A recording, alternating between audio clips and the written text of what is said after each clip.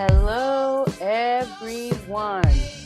Welcome to Soul Speak. I am Rachel, and I am here with my co-host, Grace. Hi. Hi, and we are each one half of the Soul Speak squad. Yep. Today, we'll be talking about building a team. But before we get into any of that, we're going to do our social media to get it out of the way. So mine is the sassy Rachel at, well, it's actually on Instagram. So that's that for me. And our Soul Speak podcast is Soul Speak _podcast. And that's it for me. Yes, and you can find me, Grace, on Twitter. My Twitter handle is at Grace_Kogrena. And you can also find me on Instagram. My Instagram handle is at the_reading_hideout. So you can find me there. You can find my books. You can find everything that I do and keep up with me as I write children's books. And you can also find information for that on Amazon and Kindle also. Okay. Thank you so much, Grace. By the way, my mic is not working today, so if my sound quality isn't that great, I am sorry, audience. Next week, it ought to be back to normal. But other than that, going right into the topic, building a team. Grace, do you want to start us off? Should I start? So essentially, Rachel and I were talking last week about friendships and having not just a good amount of people in your friendship circle, but the right types of people in your friendship circle. And I was asking her, how do you actually do that? How do you get the right people on board, as in within your group, right? Mm-hmm. Because I've known people who have had friends from kindergarten, as you guys say, primary school, from when they were younger until like 50 years old. Oh, I've had the same 5 friends. Oh, I've had the same 2 friends. Me and my best friend, we've been friends for like 23 years. I'm like, what? That's insane to me. Not in a negative way, but it's like, wow, mind-blowing, right? But at the same time, you meet a lot of people, especially when they're adults, they struggle in making friends. They struggle in building relationships with people. Right. And there's so much that goes into that, right? And that's something probably we'll touch upon later. Yeah. But that's what I wanted our focus to be this episode. How do you weed out from the negative influences growing up, whether you be a teen or you being a young adult, the negative friendships, the bad relationships, people who are not right for you, or even people you fall apart, you drift apart from, right? I don't want to say fall apart because not every breakup is a bad one in terms of friendships. Sometimes you just outgrow each other, right? Sometimes you just have to move on. Sometimes where you are going, the other person isn't going. Sometimes you just have different values. Sometimes, it's just, I can say sometimes forever, but things happen. For sure, things happen.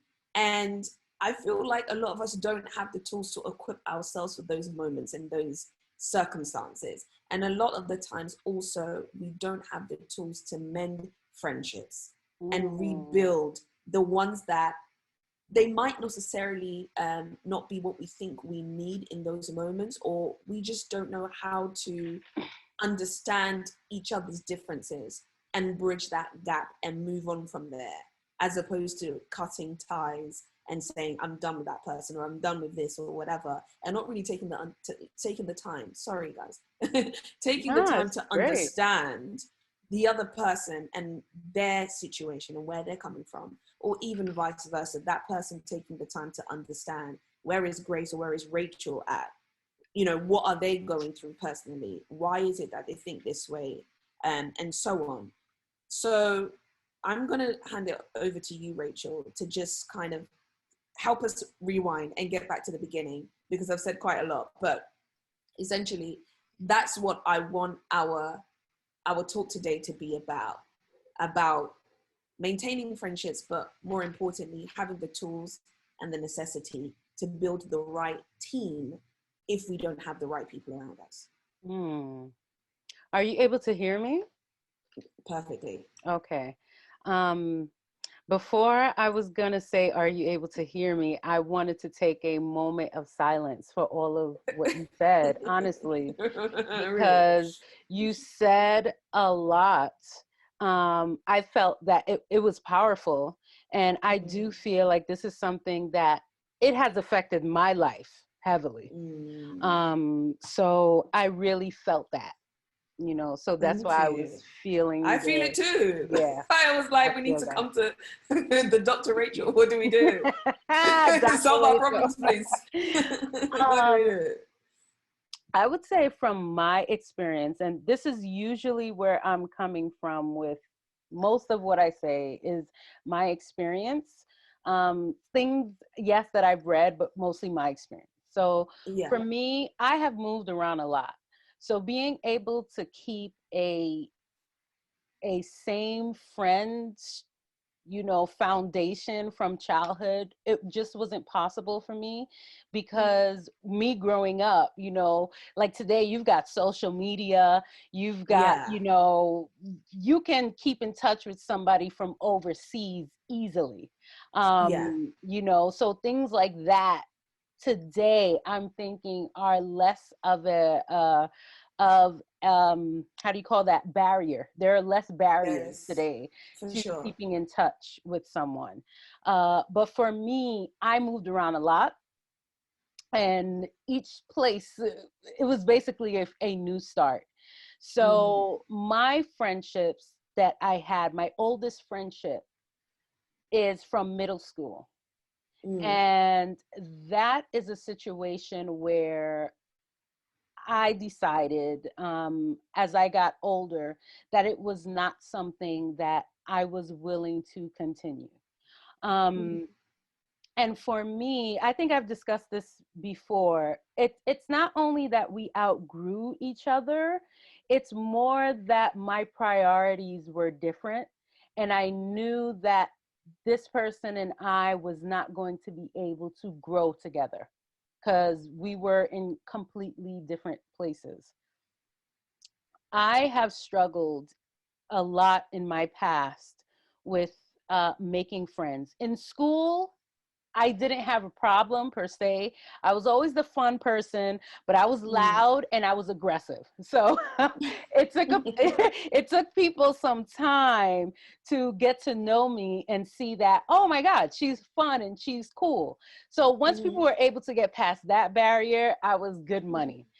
But those weren't like friends that I would have in a close circle. Yeah. I wound up having, again, that one friend from middle school through high school, because for me, what I wanted friends, but I always wanted quality. I probably didn't know how to define this back then, but that's what I wanted. Yeah. So I realized once the relationship was something where it was surface level and I really couldn't talk to that person deeply, my interest in that person waned. Which to me is natural because I wasn't getting what it was that I needed. Yeah. So then I basically like went in search of other relationships. Had I known the breakdown then, that would have been very helpful to me. But so I went around a lot in my younger years, just having people who were around for fun, but not really having many people that I could confide in. So Um, acquaintances, yeah? Yes, mostly. I wouldn't have called them that then, you know? Yeah, but both of us wouldn't Yeah, have, because back then it yeah, was just, okay, we're cool with this person, we're friends. Do you know what I mean? right, right. It would have been the same. So there was one person that I met through the friend that I had for a long time. We confided certain childhood traumas to each other, and that bonded us. But other than that, there was no like deep confidence confidences in each other. It was Yeah. more surface level, but we had that particular bond. Yeah. But the rest of the relationship wasn't enough, but it helped Yeah. me greatly then. It really did. Yeah.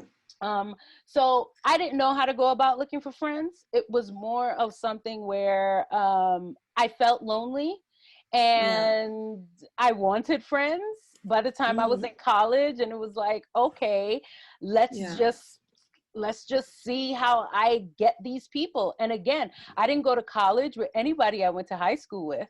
Yeah. I was with my boyfriend at the time, so he was my friend. But as far as having people from younger that I was still in relationship with, that was very far and few.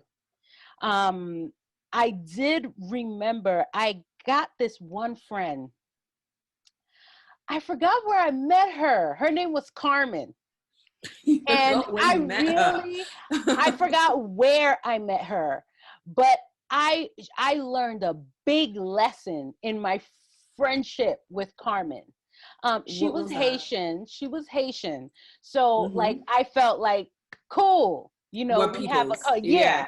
Yeah. So she used to, like, she did partying and stuff. And I was like, cool, like, that's fun. Yeah. And she knew much more about the Haitian culture than I did, because I didn't grow up around any Haitians. So I was like, oh my Okay. God, this is exciting. All Yeah. that glitters isn't gold. Well, Oh, what wow. I noticed with Carmen is that we did a lot of arguing. We did a lot of arguing. Like, About what? I don't remember now. I But were they don't like remember now. superficial? Were they like about serious things, or was it on the surface level types of arguing, like for no reason, like that person did something annoying or something I don't spiteful or whatever it remember. is? I cannot Oh, say that I wow. remember. As far as it being spiteful or something hurtful, I didn't know her that long for it to be like a betrayal. Okay. So it wasn't anything about betrayal, but I knew, like, for me, I was like, I'm not used to having this type of relationship. Dynamics. Yeah. Yeah, relationship dynamic. And I was like, you know what? This is not what I want a relationship for. So I ended that relationship, and I learned from then. I was like, I am not going to be searching for relationships based on like the criterias that I did before. I was like, those, But I don't, did you actually confront her like a real breakup that you would with a guy, where it's like, hey, I hi Carmen, confronted, we cannot be friends yes, anymore? yes, I did. Oh my gosh. But So you she broke would up with not her. take no for an answer. We argued many What? times. We argued many times. And when I was like, you know what? I don't want to be in this friendship. And I what did said, she this is not, say? I think she took it where, now that I think of it, that had to be a dynamic she was used to, because she was not Oh, phased. She wasn't phased by it. interesting. So that Very, was very what she interesting. was used to. And for me, like, she didn't take me seriously, and I was done. Because for me, if I'm constantly arguing with you, I need, like, that is not going to, after a while, be satisfactory. Because for me, if I'm arguing, it means I have something pent up that I need to be released. And if it's not being released, I'm really going to release it in a negative way, because we don't have any healthy, positive dynamic of how it can be resolved. So basically, we were going to fight. And that's not what I was going to do. So for me, I needed to end the relationship. And that's what I did. Wow. But she didn't take it Interesting. seriously. But I just, No. when she called, I ignored her call. So after a while, she just She stopped. got the message. Yeah, yeah, she decided to accept the message, I guess. Wow. Yeah. Wow. I want to go back to something that you said prior to the Carmen story, right? Uh-huh, uh-huh. Um, you said about your other friend. I'm trying to remember, what is it that you specifically said that really stood out to me. Oh, I forgot. That I'm we so sorry. bonded, is it that we bonded over childhood trauma? No? No, no, no, no, no. It will come back to me. It'll come back to Okay. me. I'll rather listen to the Carmen story, but yeah, it will come Yeah. back and I'll ask.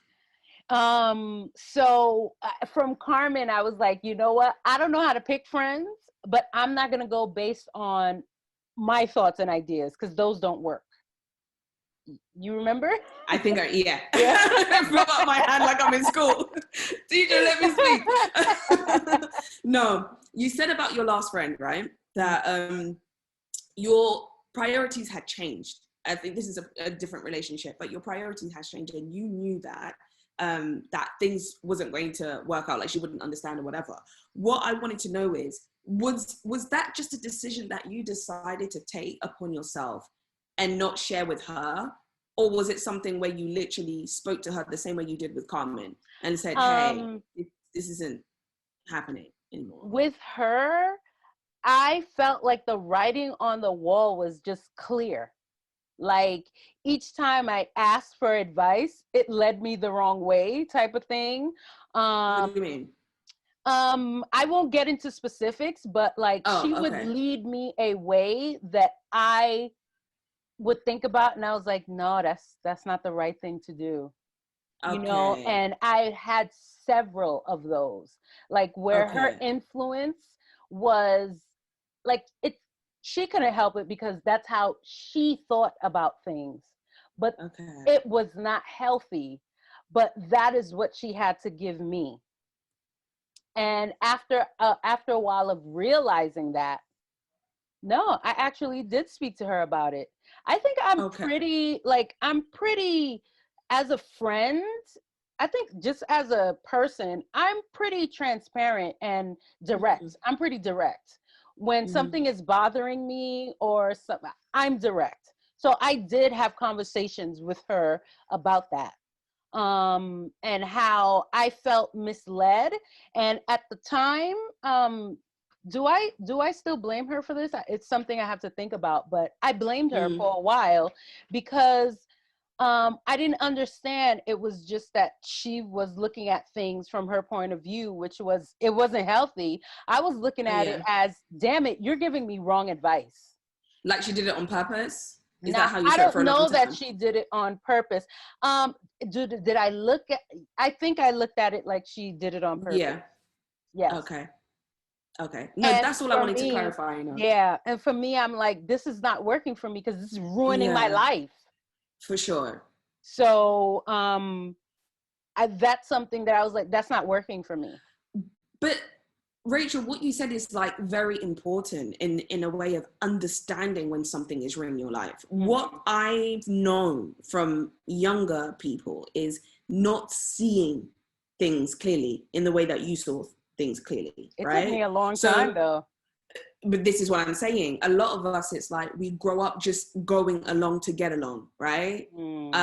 Because sometimes it's not just a dynamic between two people. Sometimes you're in a friendship group where there is 3 or 4 or 5 or even more people. And you just go along with whatever it is that they're doing because they're the majority, right?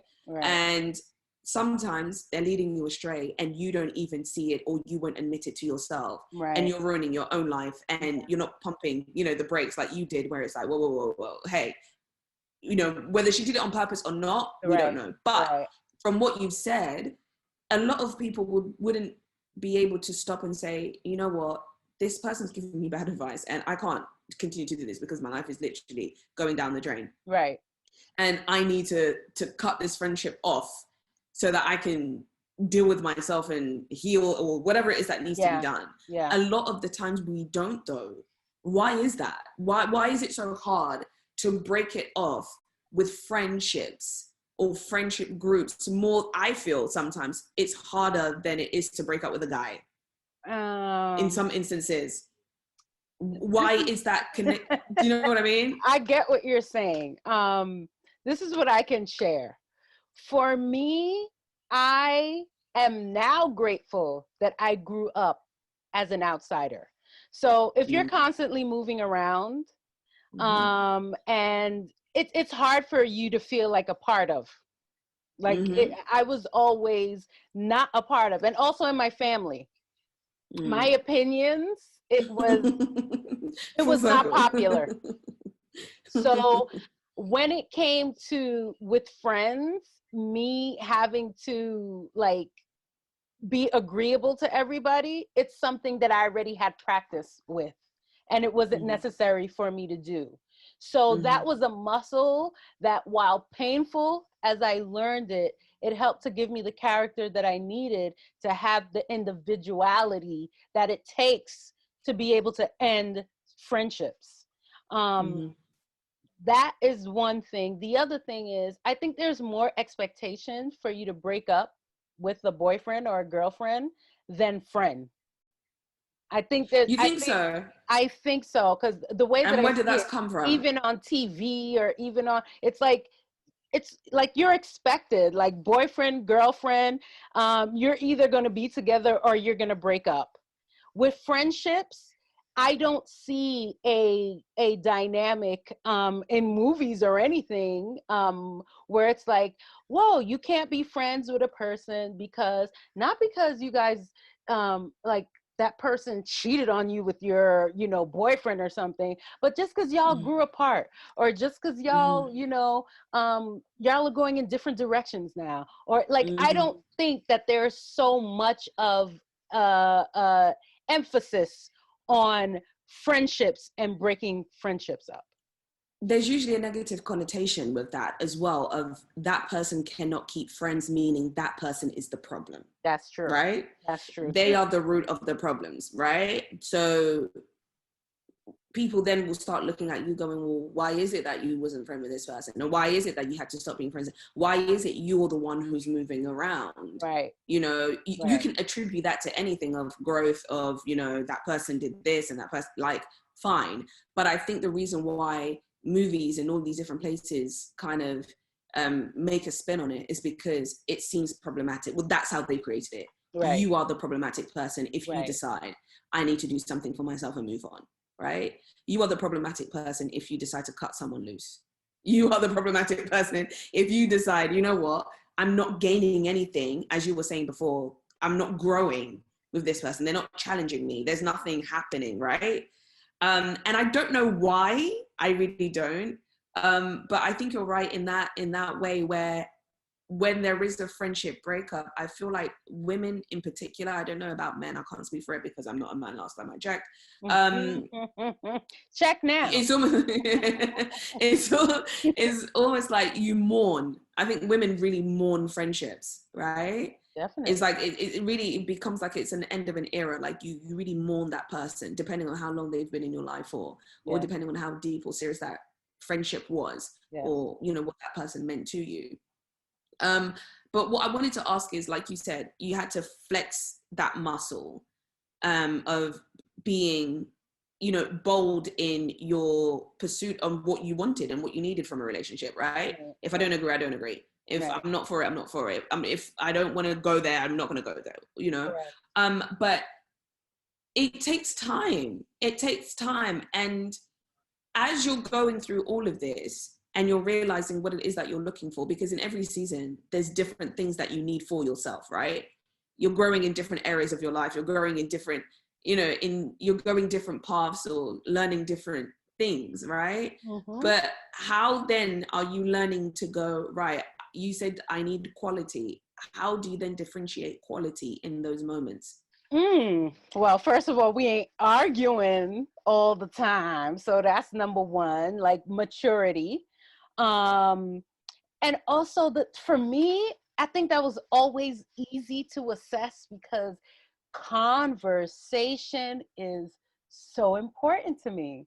So if you're willing to, if you're able, first of all, to handle conversation and handle it to the depth of, you know, whatever depth, for me, that is a quality person that I can speak to. And it's also allowing a level of transparency which will allow trust to be grown. So those are the things that I would look for. And then it would be your consistency, you know, after a while of us getting to know each other, like how you show you care, you know, what are your relationship styles that I like, things that I don't like are definitely going to happen, because that's going to happen with the other individual for me, like things about me that you don't like. But are those deal breakers, basically? You know, like for me, if you are not able to handle conflict in a mature way, miss me, lose my number. I don't know. I'm dead ass, because I can handle conflict, and I expect conflict, because if I can have conflict within myself, how am I not gonna have? Yes, we all do, for how sure. am I not gonna have conflict with another human being? So that It's to me is an impossible. expectation, but how it is handled is key, and tells me everything I need where the longevity of our relationship takes place. Like, how is that going to affect the longevity? Because if you don't know how to handle conflict, that means you can't have a long-standing relationship. You can't. So those are the types of things that I look for to see, okay, how can we vibe? How do we talk? What do we like? Conversation is so meaningful to me. If we can't have like deep conversations, and I mean where you share yourself, I share of myself, it won't work as far as as an intimate relationship for me. So things like that. And that's what you realized, that's what you needed, right? I need that emotional intelligence, which means how to handle conflict. Yeah, those are like 3 of the things that are so important to me. So important. That's crazy, because it's almost like in every relationship, there's a love language, a friendship language, pardon me, that we all speak. And depending on who we meet, those are the types of people that fulfill those things. Right. But that's not forever though, right? Because eventually there's going to come a time where, you know, you guys split. There's going to come a time, because the way I see it is, at one point, those friendships that you had, at one point, they served that purpose. They were those people that you needed them to be, no? What do you mean? Like, so let's say either a friendship with Carmen or someone else or whatever, at one point, they were giving you what it is that you needed. They were speaking that language for you to be friends. How I look at Carmen is I was not properly searching for something. I was searching for like what something should look like instead of the actual thing that I needed. It's like, oh, like this is what I think a friendship should be like. This looks like it'll work. But when it got tested, it was like, nah, it was not serving its purpose. I was her friend for months. It was only months. Okay, but this was you attributing that to youth, right? Being young. I attributed that to not knowing how to look for a proper friendship. So how would you then build a team? Okay, so these relationships, like, they helped me to understand what it is that I wanted and needed, right? I know and that is one thing that is important. You know, that you're building a team, or you would like a support system, because for me, I haven't had a strong support system. Not one from my family, and not too much from friends, because again, I didn't know how to look for them. So I knew how to be a supporter. I am very good at that. But how at that point I was looking, well, at a certain point, how I was looking for friendship was by putting my own self out there. And that shit don't work either. So you're like, oh, I'm going to get a good friendship based on how good of a friend I am. Nah, son. That's, ladies and gentlemen, that is very false. We've lived it. And we both can attest to it. It's a falsehood. People are not going to treat you the way you treat them. As much as we say that all the time, treat others the way you would like to be treated. Nah. Not everybody follows the rules. So that is, like, those are things I was like, these things don't work. So I had to start with, what is it that I'm looking for? What am I looking for? Yeah. Conversation, which to me means Yeah. depth. Maturity, which means handle conflict. If you can't handle conflict, I swear to God, we can only have a couple of words with each other. Seriously, that is so important to me. It is, I would say that's Number number one. one. Yeah, Yes. number one on your list.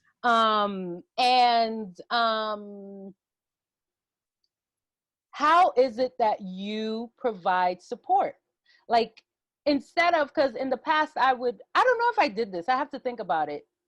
Nope, I didn't do this, but my ex-husband told me this and I believed it for a while. He said, you can't expect what you do in other people. But I wasn't. That's not what I was expecting. I was expecting something on your end, but it doesn't have to look like how mine looks, but I need to feel supported. So support, emotional intelligence, which means know how to handle conflict, and depth.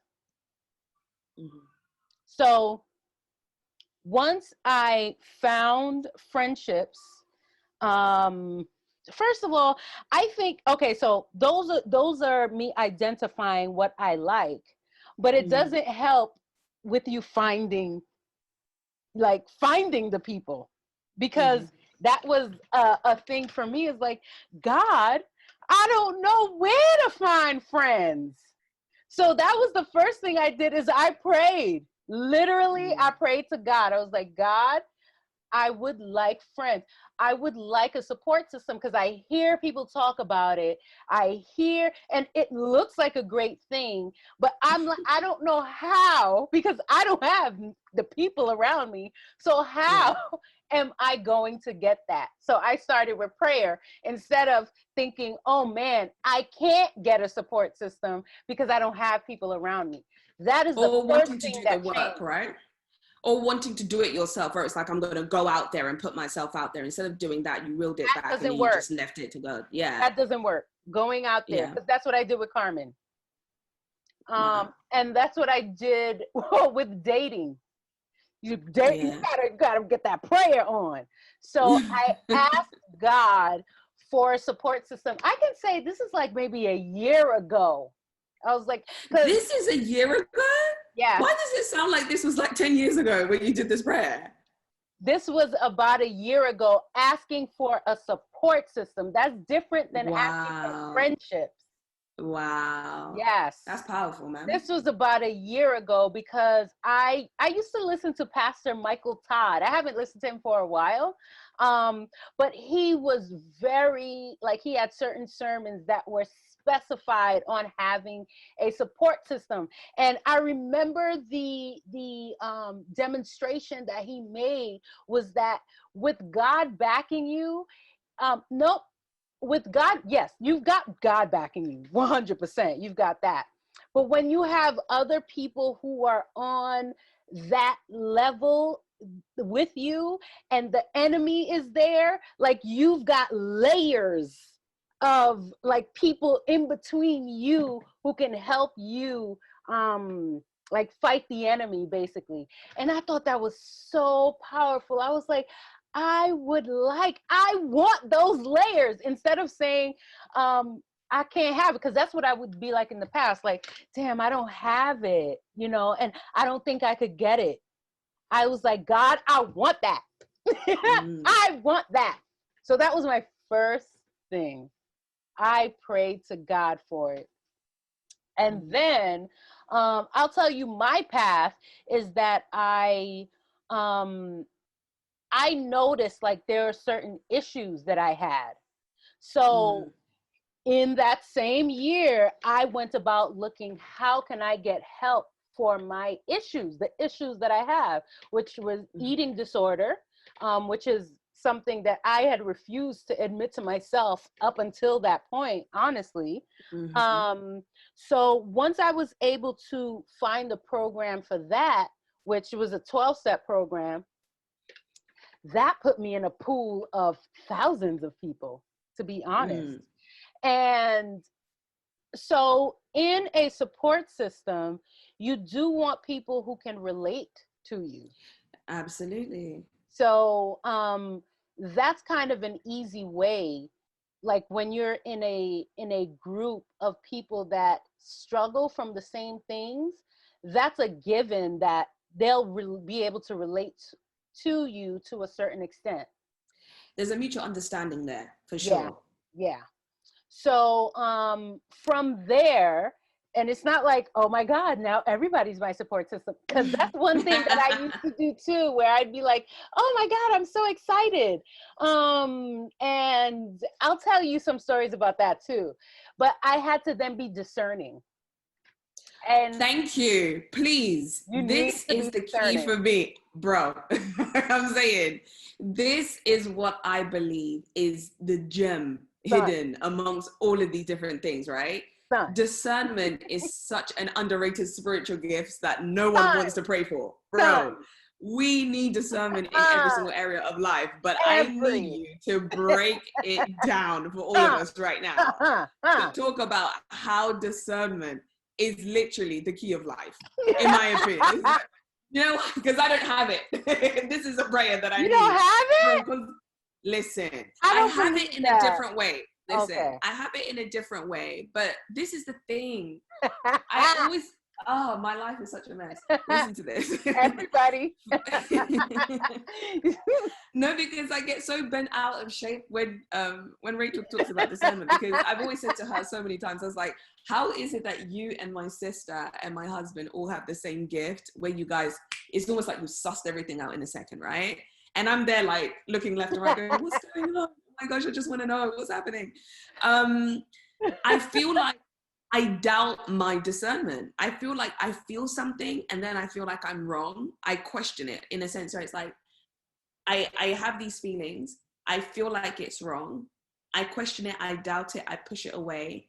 And then it manifests itself. And then I go, oh no, I should have listened to my gut, right? I should have just gone with it, right? Or I'm the opposite, where I feel something and I run with it to the moon and back, where it's almost like I become paranoid or paralyzed by something, going, oh my gosh, something's going to happen.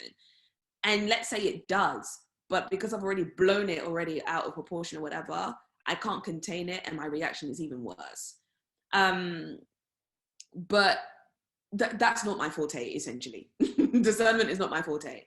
How do we, right? People, apart from prayer, I know prayer is going to be the first on the list, right? We pray for discernment. Sure. But what are the cues that we can kind of look to or hold on to where we see certain things within our friendships that we can be able to be like, I don't think this is the best, or I can walk away from that, or that's something to gravitate towards? How do we navigate through that? I think that is a fantastic question, Grace. And this is something that I had struggled with, but I believe I have found the answers. Oh, praise God. Tell us, what is the answer? So this is the thing. I think your gut, in my summation, my gut is always right. Always. For sure. Now it's important for one to know what is your gut and what is your emotion and what is, because sometimes you're like, yes, oh, that's my gut. It ain't your gut, son. Yeah, yeah, exactly that. So, what I do is whenever, how I believe my instinct works, and I associate that closely with my discernment. It is my discernment. It's usually quick, which is why I used to doubt my instincts. What do you mean quick? It is a quick, give us an example. So if I meet somebody and they feel wrong, it feels off, it feels wrong. It is an instant thing. There's no reason behind it. It is in my gut. So my sister says this all the time. It's insane how you guys basically have the same script, right? Because she says the exact same thing. I don't know why I do not like this person, Grace, but I don't like them, right? And I'm like, but what did they do? She's like, they haven't done anything. I don't know Definitely. why. And do you know what's really crazy though, Rachel? Give it 2 months, 6 Yep. months, a year, whatever. They Yep. will prove my sister right. And Yep. she'll be like, I knew I didn't like them for a reason. And I'm like, Yeah. what? How is this even possible? My husband has the same thing. He'll be like, I don't vibe with that person. I don't rock with that person. Nah, I miss me. Like, he's not even gonna entertain a conversation or entertain a friendship or whatever. Hi, bye, right? Correct. And a couple of months later or a week later or whatever, he gets proven right. I'm like, how did you know? He goes, I don't know. I just feel there's something suspicious about this person. I would doubt that. If I got that, I'd be like, oh my gosh, I'm being dramatic. That's the If I thing, feel that, I'd be though. like, I'm That's being dramatic. the thing. So it's Because they not haven't that done anything. I can't you accuse them. don't, but it's not that you don't receive it. It's that you Yeah. don't listen to it. That's Yeah. different. So Yeah. whenever I receive that, I'm like, because I've been proven right so many times, I accept it. But before Okay. I was like this comfortable with my instinct, I would be like, you know what? I'm not ignoring anything that my instinct tells me. I will keep this for under advisement. So Amazing. that's a way that you can do it instead of, this is crazy, this is weird, because that's how it's going to come. Your instinct, it don't explain anything to you. It's quick. There's no reason. There's no rationale behind it. But I sound super crazy, and everybody, this is the crazy thing. Everybody makes me sound like I'm super crazy, right? That's When why I really you cannot review your instincts with people. You can't. Yeah. Your instincts are for you alone. Yeah. It is not for other people to validate. That's a thing I've also learned. My instincts are mine and they are right. But even if I don't go with it instantly, keep it under advisement. Don't doubt it. So you don't have to react. How would you go? Exactly. You don't react to it, right? But what is it do you have at the back of your pocket that is going to help you navigate through this situation? Because you're going to have that person come into contact with you constantly, right? Or numerous times. They'll be around you, let's say. Mm-hmm. How do you then deal with that person where it's like, I suspect you and I know that there's something about you that's off. Mm-hmm. I'm not saying anything, but I still need to be able to deal with you. How do you do that? So like, say for me, there was someone who like in the recent past who, she said something to me that hurt my feelings. I didn't react. It hurt my feelings. I thought about it and I said, okay, when I'm able to have a conversation where I can decipher all of what I'm feeling, I will do that. So I gave it a week.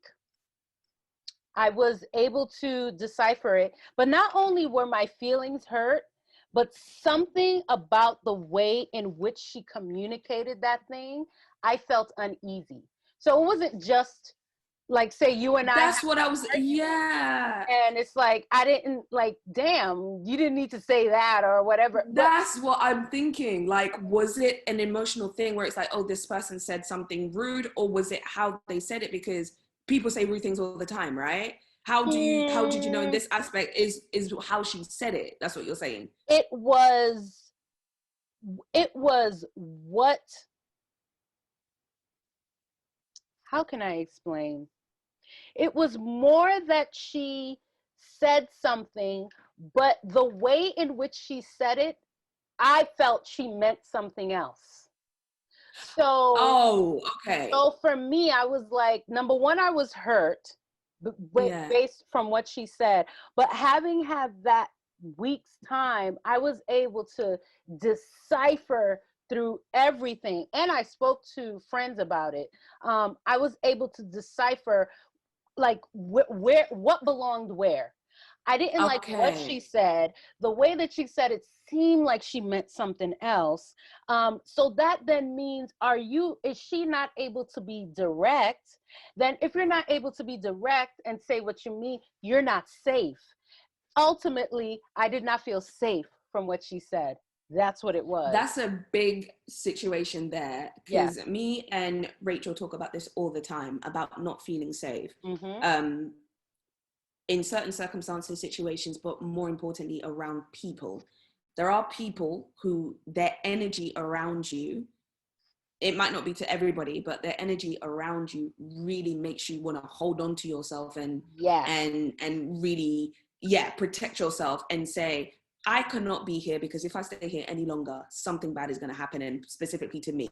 We're not talking about physically or anything like that, like just emotionally, just being Right. It around that does not person, what they feel can good. do to Yeah. you, it does not feel good. And I've had situations like that so many times. But again, like Rachel was saying, I would ignore it because I then feel like, am I being emotional, or am I taking things too personally? Am I being sensitive? Do you know what I mean? And a lot of the times people will make it seem like that though. Oh, you're taking things to heart. Oh, you can't take a joke, right? I've been in situations where people will flat out try and shade you and say, oh, I'm just joking. You can't take a joke, right? But for you to come with those types of, with that kind of speech and that energy for no reason whatsoever, what does that say about you, right? For you to feel like you have to belittle someone and then cover it up with a joke or be passive aggressive, right? And make it seem like there's nothing wrong.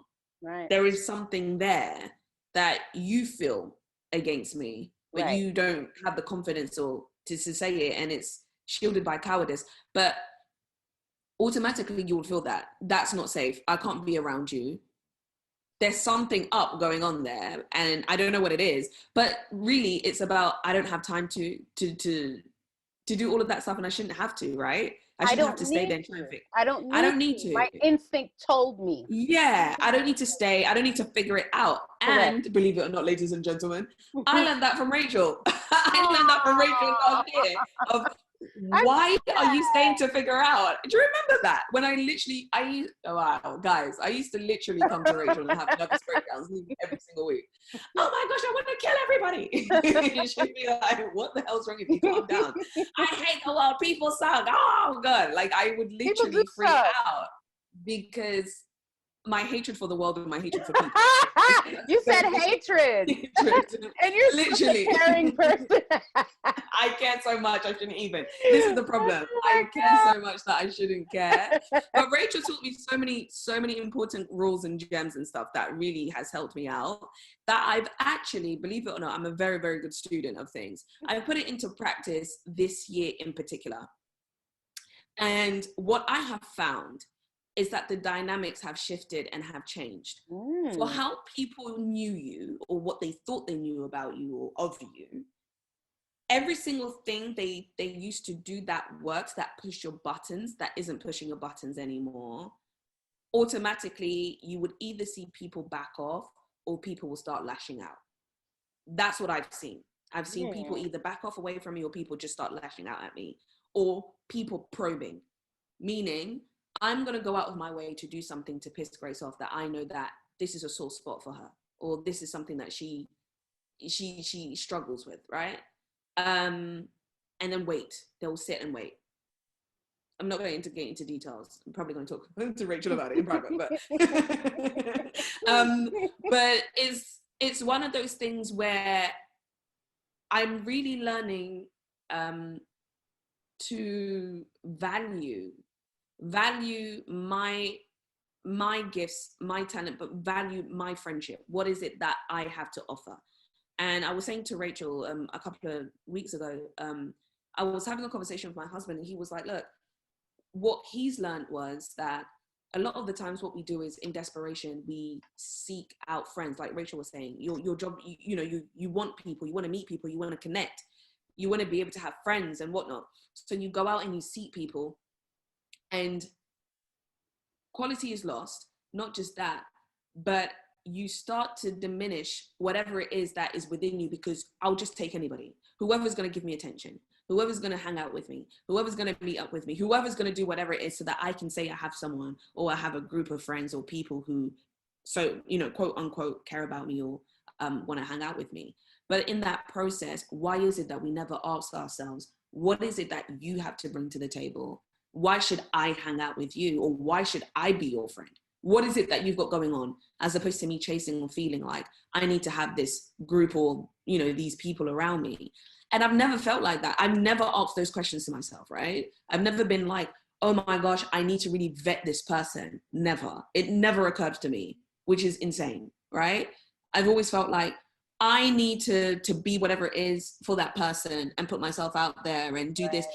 And it was just crazy because we're constantly putting the effort, right? Yep. I need to make the friendships. I need to make Yep. the connections. I need to find the bond. Even if you have nothing in common with someone, it's like, you know, we both like Kit Kats. We should be friends. Like, no, we shouldn't. We both like dogs. We should be friends. No, we shouldn't. We have nothing in common. There is no point of this conversation. Like, it's just stupid, right? But in those moments of vulnerability, we really feel like, you know, we could have a connection with someone that we wouldn't necessarily have a connection with in normal circumstances anyway. But I've really learned that. I've really learned self-control as well. I used to really get super hurt and be defined by what it is that people would do, specifically negative things. And now what I found was I really don't care. And I'm not saying that in like a really childish way where it's like, oh, I really don't care what you do. No. Like, I really am not being affected. Like, I really don't care. I really feel like, and before I would say I don't care in spite and anger. But now it's like, I don't care and I'm praying for you. I don't care, but I hope you're well. I don't care, but I wish you well. You know, those kind of things where you're just at peace. Mm-hmm. Like, whatever happens, happens. Mm-hmm. If we connect, we connect. If we don't, it, you know, if it doesn't work, it doesn't work. Right. I can't hold on to You're something not that tied isn't. to the I'm not outcome. tied. Exactly. I'm not tied to it. I'm not bound to it. I'm not hurt by it. It's literally, it is what it is. It literally is that. And I never thought I would get to this place because I would care so much and go, oh my gosh, I need to fix this. Right. Even though I feel like that's God's way of saying, it's done. There's nothing for you to fix. Right. Let go and let God, let it be, right? So yeah, so it's quite difficult to really gauge. But once the signs are there, I think it's our job to kind of be like, right, let's take this on board and just basically deal with it. But Right. back to what you were saying though, Rachel, about not feeling safe. I don't feel safe around you. I'm taking it on board and I need to navigate myself through this kind of situation where I need to protect my own mind, my sanity, my life, whatever it is, right? Right. So I think all of what you said was on the money. So with what you've done, is that you are allowing a relationship to show itself for what it is. So Yeah. with us not putting ourselves all the way out there and knowing what it is that we're looking for, Yeah. you allow the person to be what and who they are and show it incrementally. So for me, this process is a slow process, but it is a true process. And it allows you not to put yourself out there so much. You do it in steps so that you can catch whenever that whatever happens. You can take a step back. No need to be reactive, like off the bat, unless it's something where you got to protect yourself on the spot. But most times that's not necessary, where you can think something through, talk it over with someone else that's trusted, and you're able to get to a sort of understanding of what happened in that situation and what's going on within yourself. So I'm back to now talking about how I didn't feel safe with this person, and it was the why. And even while receiving feedback from others, I still kept into account if they were saying something that wasn't, like, it didn't feel right to me. I was like, oh, I know it's something else. So I don't override any of my instinct. I don't. I just dig until whatever it is that I feel from the spirit level, until it's revealed. Because I know it will be. Like, because there's a reason I feel that strongly. So in order to build a team, you also have to trust yourself. Have to trust yourself. So after I understood it was that I didn't feel safe around this person, I had a conversation and gave this person an opportunity to explain themselves. So then for me, I was looking at it as that person likely didn't mean to do what they did, but it doesn't mean that That they're not a safe person. it doesn't mean that I excuse it. And it Yeah. also doesn't mean that just because a person doesn't mean it, everybody has character defects. So if Yeah. this is something that's going to come up again, that's still not safe for me. So what I did was the person apologized and all of that. Oh, And did you confront them? oh yes, absolutely. Okay. No, because Absolutely. we didn't hear that part. So that's why I was like, how did she No, like, because how did she apologize? I gave it a week to understand. Always, Okay. always for me with the understanding that once I get to the bottom of how I feel, I am going to return. You know, because it was a So relationship. that's something you would advise our listeners, right? So after you dissected all of these things and analyzed it, you should go and confront the other person or If it's basically a talk to them. relationship that you feel is worth saving, because some Okay. things are just not worth to me. Like some things I'm like, nope, learned what I needed to, won't deal with that person again. Like some relationships are just that simple. Like it doesn't need Yeah. that much depth. Yeah. But this was a Yeah. relationship that I was looking to not say repair, but continue. But only on the grounds that this type of thing wasn't a pattern. So understanding that within myself and having the conversation, I expressed what I did. The person apologized, but I recognized not long after, she did something that was a similar, where it was like Okay. an ultimatum. Basically, it was like she was fighting for control. Over But what? it's not something I'm going to get into detail about. Oh, But like okay. in a Okay. relationship, you'll find that there can be like a battle for control or power. Power struggle. Right. And if it doesn't go the way that that person wants it to, then the relationship is conditional to that. And I recognized, I was like, oh, because the first conflict was that. It was that, Okay. and she wasn't, because it was a problem for her and she might not know that's what she was doing. That's what stopped her from being able to be direct. Because if you're doing, it was basically manipulation.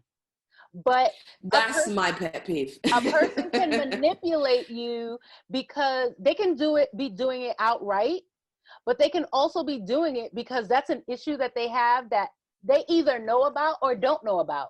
But it's not important for me to decipher, hey, maybe she doesn't know about it. Because these are the types of things I would do in the past.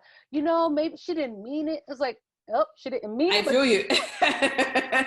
I feel you. I feel you. But she's doing it. So, Leo. That's so facts. I was like, got you. So my instinct told me, like with the first time that happened, I was like, Yeah. I don't like how this feels. I don't feel safe. This doesn't feel comfortable. I don't want to, I don't think I'm going to be in a relationship with this person. That is what But you waited it out. Correct. And when you wait it out and it's a slow process, to me, that's when you can let your instinct come together with your logic. So I didn't have to react quickly. It showed itself. I didn't manipulate the situation. I wasn't trying to do more. I wasn't doing the most. So when you wait it out and let it play, the answer will come. It will come. So for me, that's how I use my discernment. If you don't how throw did that yourself end? out there, eventually, for me, I was like, with the ultimatum that she gave, I was like, at that point, I was like, that's exactly what I said in my head. I'm gonna fall in my head. Bye. Like, what do you want me to do? But I didn't say that. Obviously. I said, let me, in the past, when I was a teenager, I would have done that. Yeah, for sure. But I said, you know what? Let me think about this. and I will text you because I know I have the power within myself. I don't need to give any extra energy. She don't need to know anything. I understand within myself. And she got all uppity. She was like, well, I think we should have another conversation, you know, because Oh my I gosh. think this relationship is worth, you know, that type of respect. And in my mind, I'm like, whatever. I was like, I was thinking about our time, but okay, if you want to have another conversation, sure.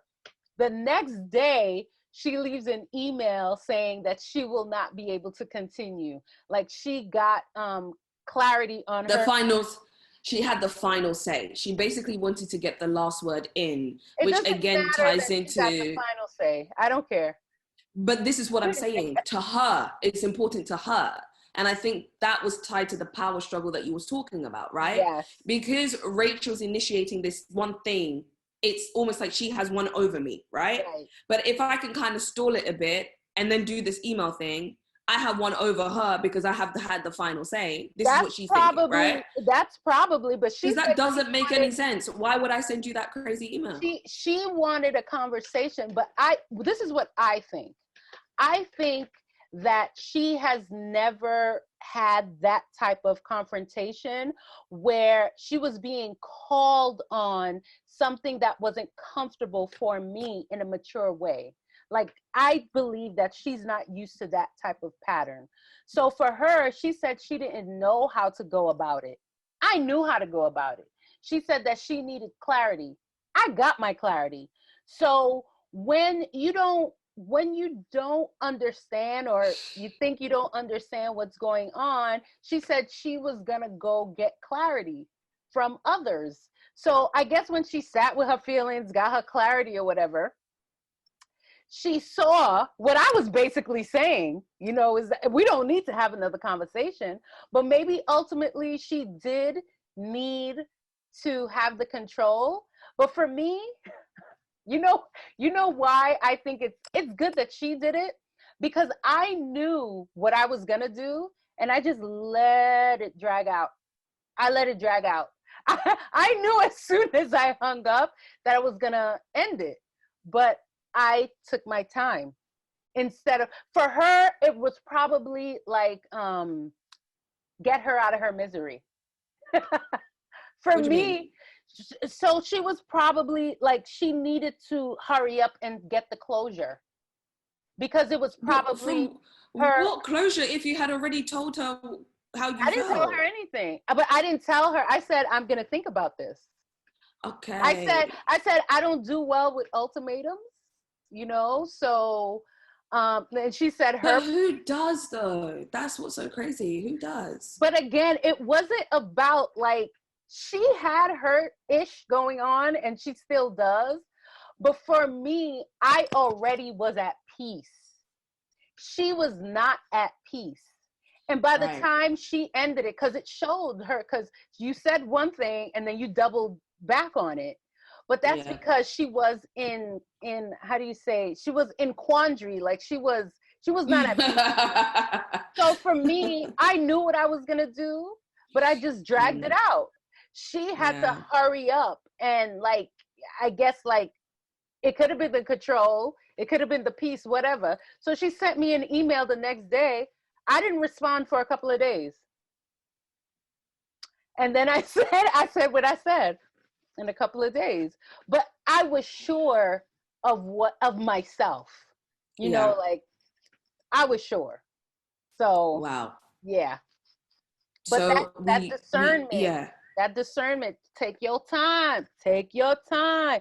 Trust your instinct, but take your time. And I do not believe you will go wrong. That's crazy. That's absolutely insane. So having discernment is the one thing that can help you build a team. Yes. What else will help you build a team? Knowing what it is that you are looking for, you Mm-hmm. know, having discernment, um, having patience, Mm-hmm. um, and also,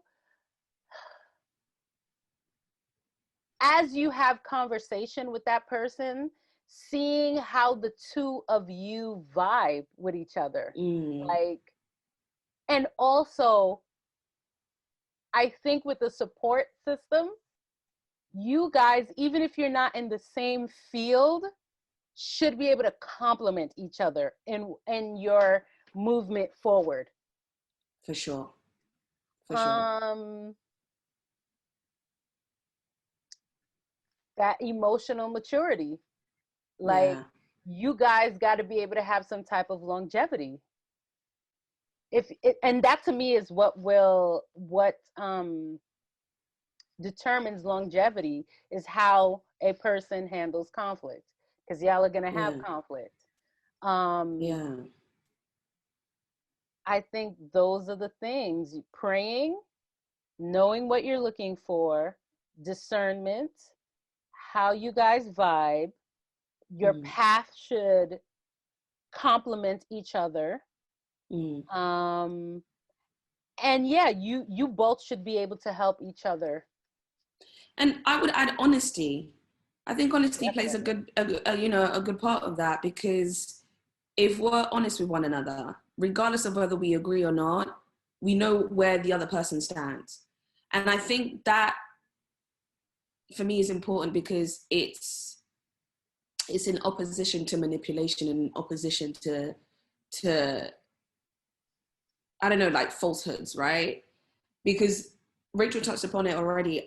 Manipulation, I swear, guys, that is the bane of my existence. I have seen it, and I have been through it so many times, where I don't know. I think you've said something quite important tonight. Some people just don't know that they're doing it. In my mind, you know.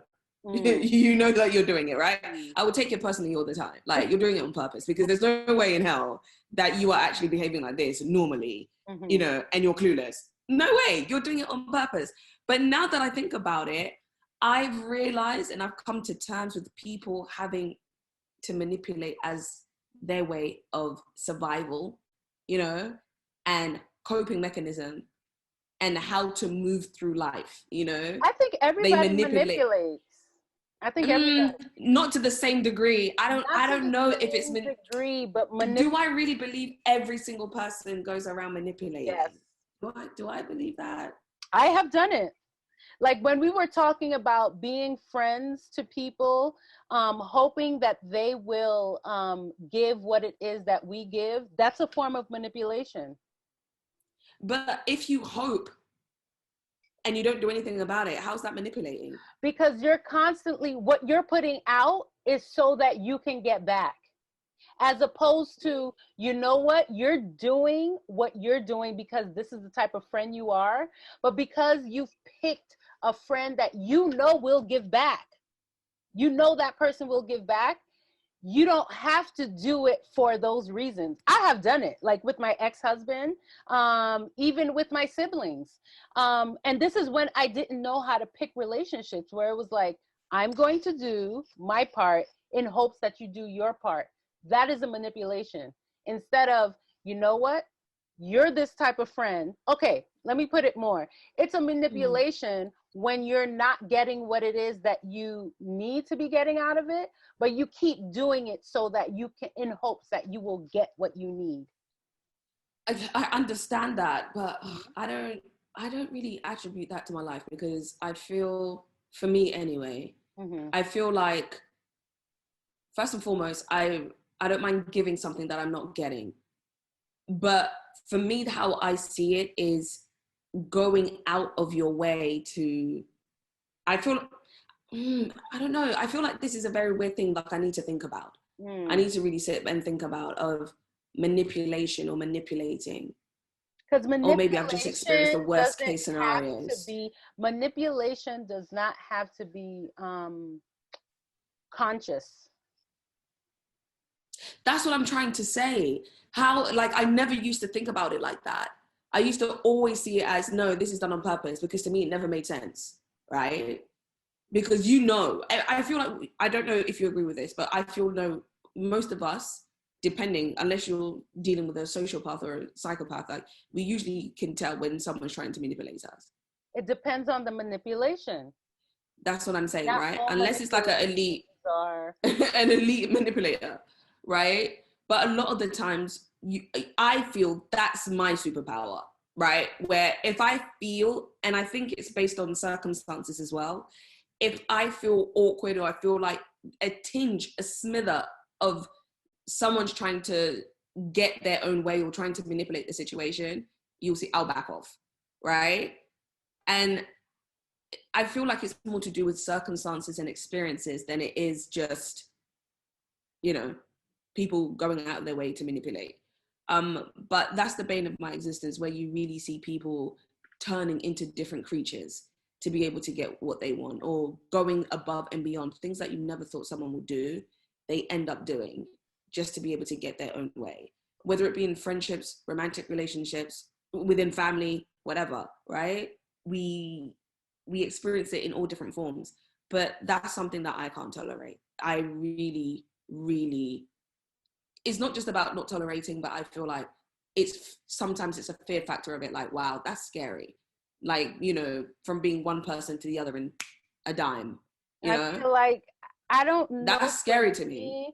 I feel like it is no longer scary to me because it's something where I know I'm equipped to handle that shit. Because if I feel it, Yeah. I see it. But the deep disturbance with that for me, I don't know if it's like on a spiritual level that I feel it. That's what I mean. It's visceral reaction. Yeah. It's doesn't it feel like it's a deep rooted thing? Mm-hmm. Absolutely. That's what I mean. That's super scary though. Like, I don't mean like, you're gonna attack me. Like, I feel like, wow, like shocked. Like, yo, that's insane. Like, shocked? what are we dealing with? Because that's not human to me anymore. You know what I mean? For me, because I've seen, like, I do not put a limitation on what someone can do. Of course. So Still when shocking. I don't get shocked because of that, I'm like, oh, anything is possible. So For like sure. with this lady, with what happened, I could have, and in the past, the emo lady. How could, I could have been. Okay. Like, how could you do this? Because that used to be my thing. Like, why would someone do that? Why would someone act like she's that? stepping on my neck. She's talking about me. That's me. Why would you do that to me? Why? But now I'm like, oh, this is what you're doing. Like, it doesn't matter why. It really doesn't matter. And honestly, when I don't ask those things, I'm able to see more clearly, actually, the why. It don't matter why. It is that you are. Wow. And I'm like, I don't have to deal with it. I have the full power. There's nothing in this world that's saying I have to tolerate this. So I'm going to handle it. And I'm okay with being uncomfortable or whatever. But like in the not being like, oh, how is this happening to me? Another thing that also helped me with that is, if people could crucify somebody like Jesus, who the hell am I? No, seriously. Like, this person who had no sins, who went and helped people, who was helping you be free, and Lord, he was crucified. I'm telling you, I told you this is at the beginning of this podcast, you know, my hatred for people in this world. I'm telling you, people are trash. I said this from the beginning. A lot of people are. Trash, so you know? I don't dwell in the, how could you? It's like, after reading the Bible, I'm like, all of that is possible and more. Of course. I'm shocked in a sense where it's like, yeah, we understand that, like, anything is possible, right? You can't really put nothing against people, but it's still shocking for me. I'm that kind of person where I literally be like, wow. Like, Rachel will be like, oh yeah, okay, fine. I will be like, yeah, I understand. I used to be like that, but wow. No. Still, it's like, wow, that's nuts. That's insane. This is crazy. Like, I literally say the same thing. This is crazy. This is some shits. Wow. Right? For me, I'm more like, I probably spend time in that hurt my feelings. Like, I feel really like I put it into that because that might be the shock, is like, instead of, I can't believe they did this to me, but this really, really hurt me, you know, and like dealing with that. But like, I can't believe this, not after reading the Shocking. Bible.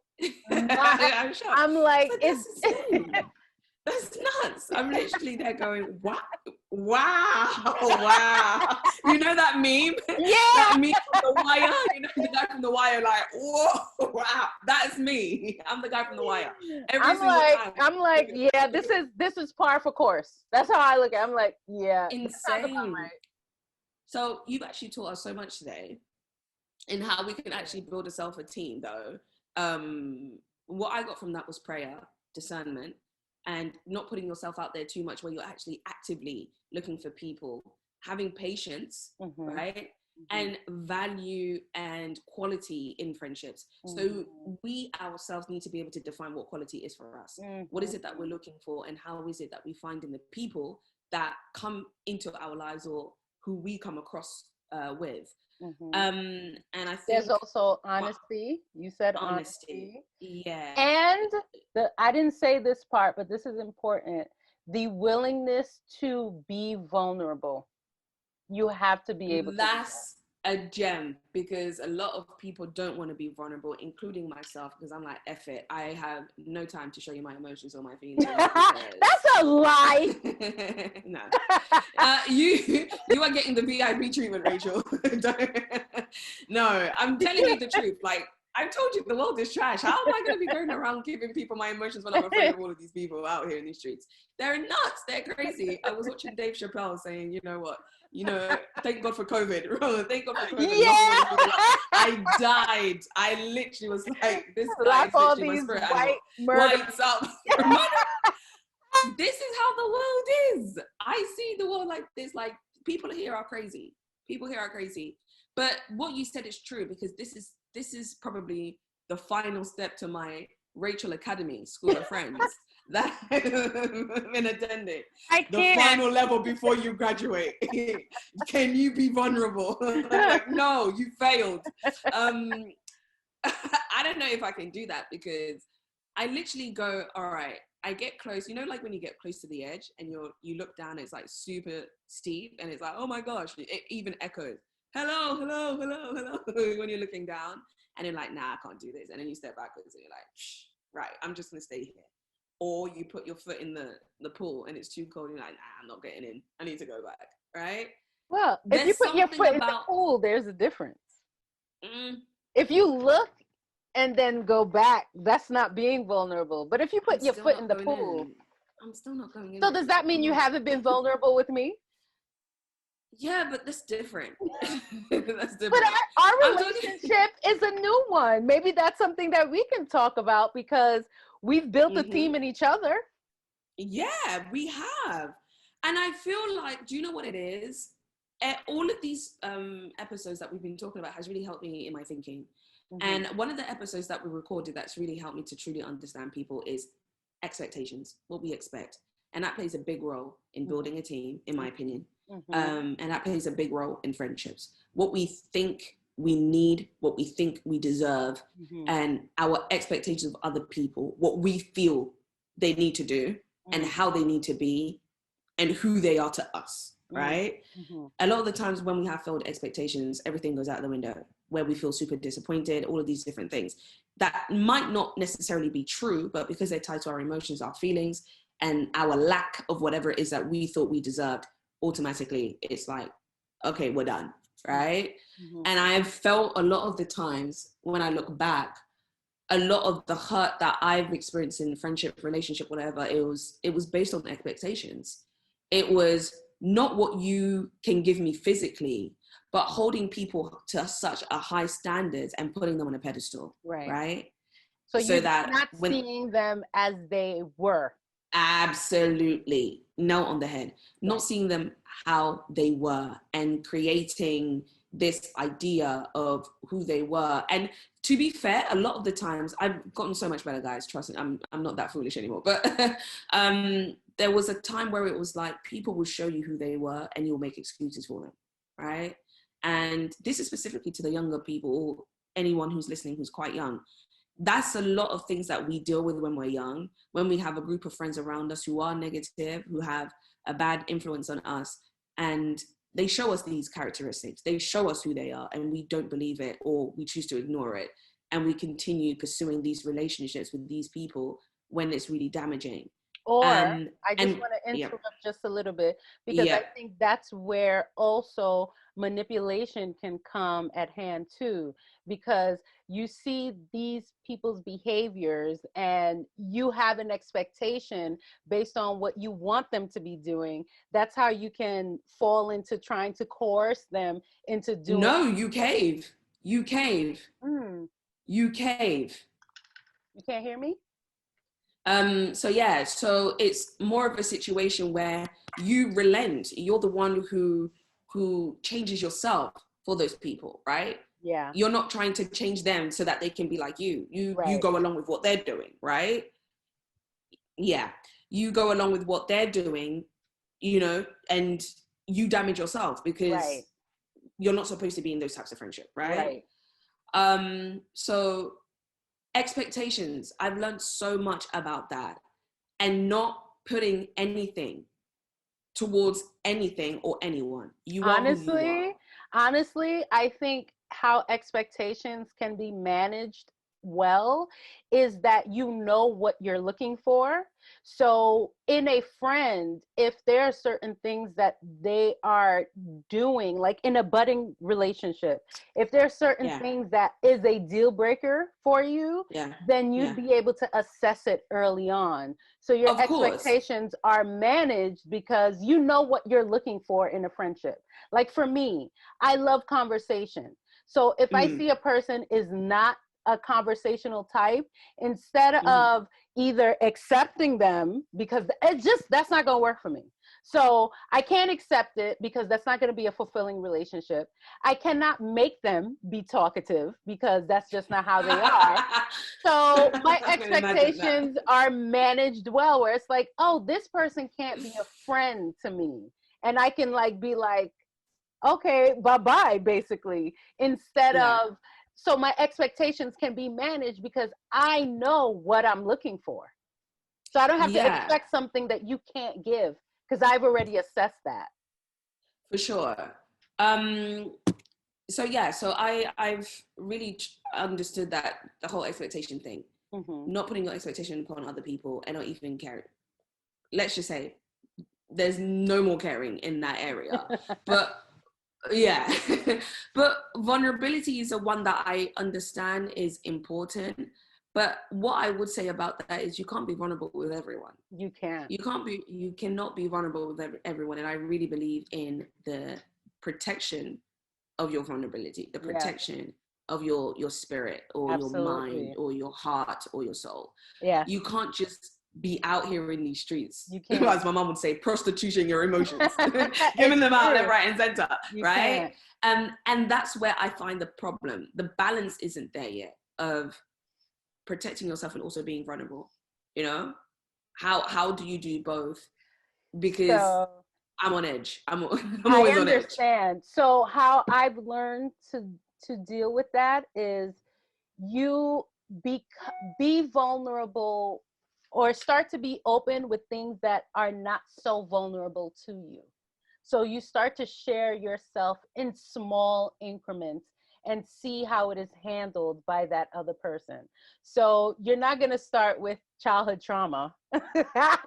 You won't start with something like that, but you might start with something that happened in your day and see how that person handles. Are they trying to just give you advice? Are they, judging you? Are they, you'll be able to assess. They might not say anything, and that's not acceptable either. So you start to be able to assess based on small openings of yourself of how this person would handle something bigger. And that's how you go from there. Something in your day, something that bothered you, and then it grows and grows. That's how we grew. Or if you have no interest in talking to this person on a daily basis, like you just feel like, ugh, there's sometimes there's certain people you speak to, they call you on the phone and you don't even want to answer their phone calls, right? I had a conversation with my sister, and she basically, this is an interesting story that she taught me something out of. She had a friend for a very long time that they went to secondary school with. And this person is a very much, I didn't like her, but I'm not going to meddle in my sister's relationships or friendship. And if I keep on hearing, you just need to get to know her to like her, that to me is a problem, because I wasn't the only person who had an issue with this person that my sister was friends with. And my sister's excuse all the time was, you just have to get to know her to like her. So basically, your first impression is terrible. Everybody has the same first impression about you.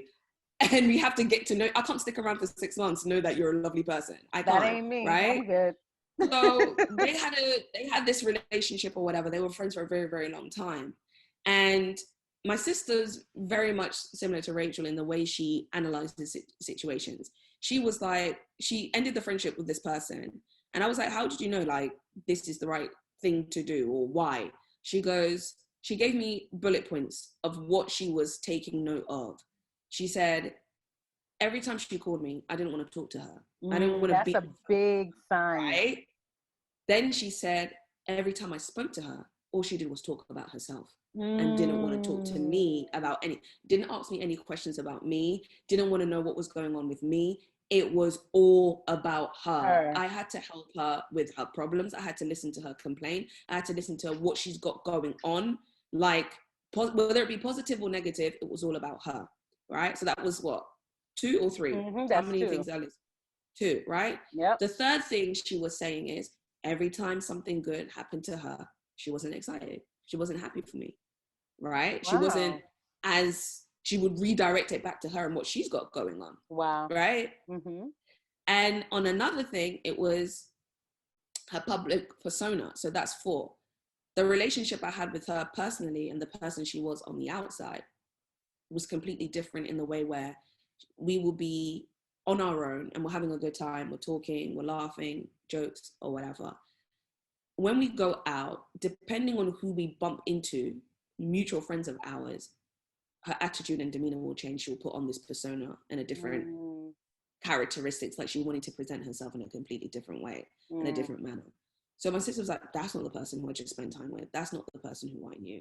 Right. So she would do stuff like, she'll see like a group of guys that they both know coming towards them. She'll put her phone on her ear and start talking as if she's on the phone to someone, laughing and cackling as if, I'm too busy to talk to you guys. Like, I'm really important. And my sister's just there like, what do I do? You know, and she will, you know, have a conversation with them, and then they'll walk by and then she'll put her phone away. And my sister will be like, well, what was the point? What were you trying to achieve by doing all of these different things? So the more that continued, the more it, you know, persisted. She literally was like, I'm going to make the decision to just cut this short. And this is someone they were friends with for years and years and years and years. She was like, no, I'm not going to stay around just because I've known her the longest, or she's, you know, been in my life the longest. And she literally was like, we're not friends anymore. And she refused to answer her phone calls, refused to meet up with her, literally cut her off. She didn't have an initial conversation with her saying, nope, you know, this bothers me? No, she's a savage. She didn't. She literally was just like, she stopped all communication with her until she got the point, until she got the message. And the crazy thing is, they're still on each other's social media, which is insane. I think she didn't go to that length to just go all through her social media, but no contact. They don't speak. They don't go to the same parties. If she's got a party going on, she will make sure that the girl's not on the list. She's not invited or whatever. Like, she really cut her off, amongst other people, obviously. But that was something that really stood out to me. Those things that she had listed. Why is it that I don't want to speak to you when I've always wanted to speak to you? Why is it that I don't want to be on the phone to you? Why is it that this is the things that annoy me about you that never used to be? Like, your personality has changed, your character has changed. And clearly, that's not who I want to be. That's not where I want to go. And I'll get off this train here. See you. Sayonara. Bye. I'm going to do my own thing. For me, I would have had an initial conversation. I told you, we're not vulnerable people. We don't talk about stuff like that. We're not vulnerable. My sister literally she's a very good communicator, but I feel like a lot of the time, she goes with her gut in a sense where I don't feel like it's necessary, so I'm not going to do it. I would be the kind of person who will try to, but even then, vulnerability is like, I don't know about that. I don't know if I'm going to be, I feel my emotions in private, alone, right? Or with someone that I trust, e.g. Rachel. I will come and I'll be, effing and jeffing. For fuck's sake, I can't believe it! Throw stuff, have a nervous breakdown. But the person who I want to talk to, they never see that. They never see the anger, the angst, the anxiety, the whatever it is. They never see that, I don't mean that part though. It's like, okay, like she's been adding up this, tallying up all these things. Yeah. But she's an older friend. So for me, I would have been like, you know what? I noticed such and such. For me, that's how I would do it. I wouldn't just cut it off. Savage. Okay. No, she was a savage. Cut it off completely. But I would cut it off if, those things that I said, they're not being addressed. And for me, that's what always gives me a sense of certainty, unless it's a relationship that I don't care about. Yeah. So if I'm done, I don't need to do any of that. And I have done that. But if I'm looking to salvage, I'll have a conversation. And I think maybe that's where it comes from. Like she didn't feel the need to salvage anything. Was done. Like for her, it's just like, she was done. I'm finished. Now, when I'm done, I'm finished too. So I get it. I think that's just women though. Women are very good at that, When you're done, you're done. Like, I'm out. It depends on the done for me. Like, it's usually if I'm in a young relationship, if it's new, then I could be done. I'll be done without an explanation. If you like straight up was betrayed me, I would have told you about yourself and it would have been done. But if it's like a long something and I like, okay, I'm going to give you the chance, like say like with my sister or with a long friendship, I'm going to have a conversation with you, but it's not going to be many conversations. But then I'll be done. But I will give it like some space before I'm done. And for me, I feel like I'm complete when I do that. It's like I did all the steps and you can sleep well at night, you know? That's what I'm saying. So for us to close, Rachel, how do we be vulnerable, essentially? How do we find balance between protecting ourselves? Like how do we do it? doing a little bit. Yeah, like doing a little bit and then seeing how that person handles it. And if it was to your liking or you felt supported, then you do a little more. But that's where the transparency is. Like if you're trying to build a deep relationship with somebody, you will have to be able to do that. If not, then that relationship will have a limit to it. So fabulous. And this is us coming to a close. I felt like we just had a regular conversation up in this piece. Like that's how it's supposed to be. This is the most that's us being our authentic selves. So thank you, everyone. Thank you so much, Grace, for your questions. Thank you so much, Rachel. Curiosity, your everything. Thank you. Again, you can find me at The Sassy Rachel on Instagram. I am a poetess, and I'm also developing a program for young adults who have experienced trauma in childhood, and that is something that is up and coming. Watch out. Thank you. And our podcast Instagram is soulspeak_podcast on Instagram. Go on ahead, Grace. Fabulous. I'm super excited. I just love your hair. All that's to come. So you can find me on Twitter at Grace_Krugrena, and you can also find me on Instagram. My Instagram handle is at _reading_hideout. I write children's book. So I do Kid Lit, and you can find my work there, Kid Lit Liddy. And you can be able to find me also on Amazon and Kindle, where you can check out my work as well. But thank you to everybody who was listening. We had a ball. Thank you, Dr. Rachel. Thank you. You are a fabulous student. You have done so well. You've graduated. You I need to have my graduated, girl. degree. I need to put my degree on the wall. Like, I've suffered this year at the hands of this woman. She's like, calm down, Grace. I was like, I can't calm down. It was not even that dramatic, but yeah. It was so dramatic. In my mind, it's always dramatic, man. I was going through it. Well, thank you again so much, and talk to you guys next time. Thank you so much, guys. Thank you. Bye.